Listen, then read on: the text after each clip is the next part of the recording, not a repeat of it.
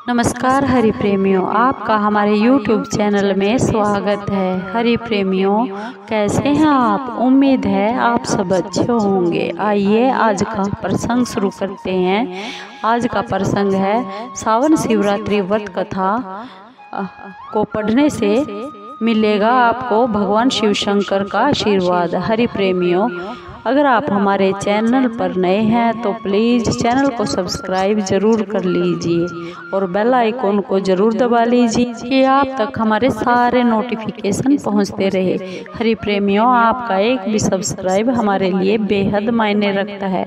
आइए सुनते हैं सावन शिवरात्रि व्रत कथा, जिसके पढ़ने से भगवान भोलेनाथ की अपार कृपा भक्त पर जरूर होती है। हरि प्रेमियों, सावन शिवरात्रि व्रत हमारे सनातन धर्म में विशेष महत्व रखती है।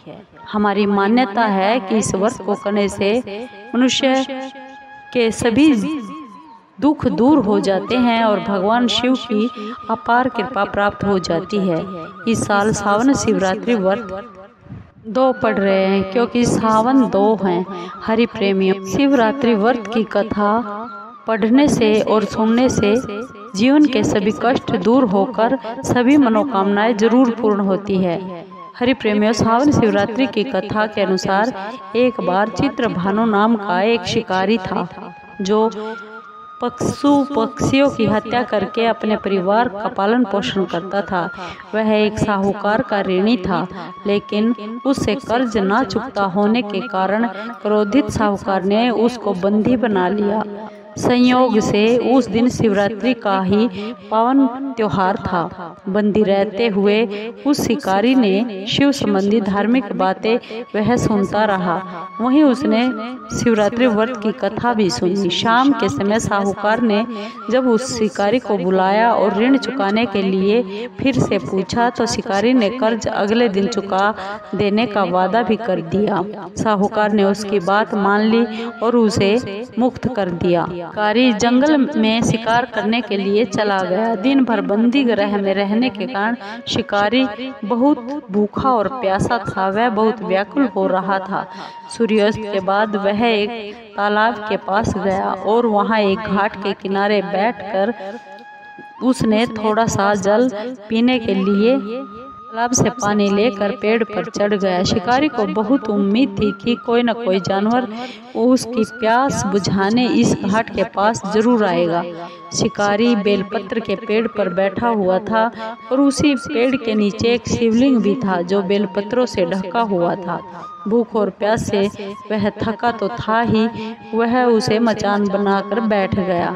शिकारी ने मचान बनाते समय जैसे ही टहनियाँ तोड़ी, संयोग से वे शिवलिंग पर जा गिरी। उस दिन जाने में भूखे प्यासे रहकर शिकारी का शिवरात्रि का व्रत हो गया और अनजाने में ही बेलपत्र भी शिवलिंग पर चढ़ गए। इस तरह से एक पहर रात बीत जाने पर एक गर्भिणी मृगी तालाब के किनारे पर पानी पीने के लिए आई। शिकारी ने उसे देखकर धनुष पर अपने तीर चढ़ा लिया। ज्यों ही वह प्रत्यंचा खींचने ही वाला था कि उसके हाथ के धक्के से कुछ पत्ते और कुछ जल की बूंदें नीचे शिवलिंग पर गिर गई जो उसने पानी पीने के लिए वो लेकर चढ़ा था। और अनजाने में ही शिकारी की पहले पहर की पूजा भी संपन्न हो गई। वह मृगी बोली, हे शिकारी, मैं गर्भिणी हूँ, अब गर्भ अवस्था में हूँ और शीघ्र ही प्रसव करने जा रही हूँ। तुम एक साथ 2 जीवों की हत्या का पाप अपने सिर पर ना लो। मैं अपने बच्चे को जन्म देकर शीघ्र ही तुम्हारे पास वापस आ जाऊंगी, तब तुम मुझे मार लेना। शिकारी ने प्रत्यंचा ढीली कर दी और मृगी को वहाँ से जाने दिया। थोड़ी ही देर बाद एक और हिरनी वहाँ से निकली। शिकारी ने उस हिरनी को देखकर धनुष पर बाण चढ़ा दिया। इस तरह से शिकारी से अनजाने में कुछ और बेलपत्र नीचे शिवलिंग पर जा गिरे और अचानक ही शिकारी की दूसरे पहर की पूजा भी पूरी हो गई। हिरनी ने विनम्रता पूर्वक शिकारी से निवेदन किया कि मैं थोड़ी देर पहले मृत्यु से निवृत्त हुई हूँ और अपने प्रिय की खोज में भटकती फिर रही हूँ। मैं अपने पति से एक बार मिलकर शीघ्र ही वापस आ जाती हूँ। शिकारी ने उसे भी जाने दिया। शिकारी के 2 शिकार खो गए थे। रात्रि का आखिरी पहर बीतने को था, तभी एक अन्य मृगी यानी हिरनी अपने बच्चों के साथ उधर से निकली। शिकारी ने उस हिरनी को देख तुरंत धनुष पर फिर से तीर चढ़ा दिया। वो तीर छूटने ही वाला था कि हिरनी बोली, मैं इन बच्चों को इनके पिता के हवाले करके लौट आती हूँ, इस समय तुम मुझे मत मार। शिकारी बोला, मैं सामने आए हुए शिकार को कैसे जाने दूं?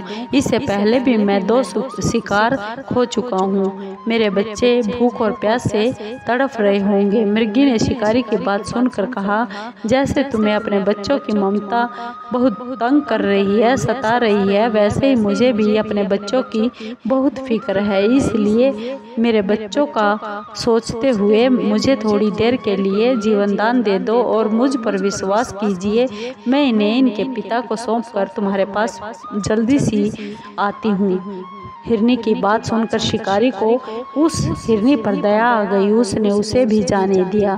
शिकार न कर पाने के कारण बहुत दुखी हो गया और वह पेड़ पर बैठा हुआ शिकारी बेलपत्र तोड़ तोड़ कर नीचे फेंक रहा था।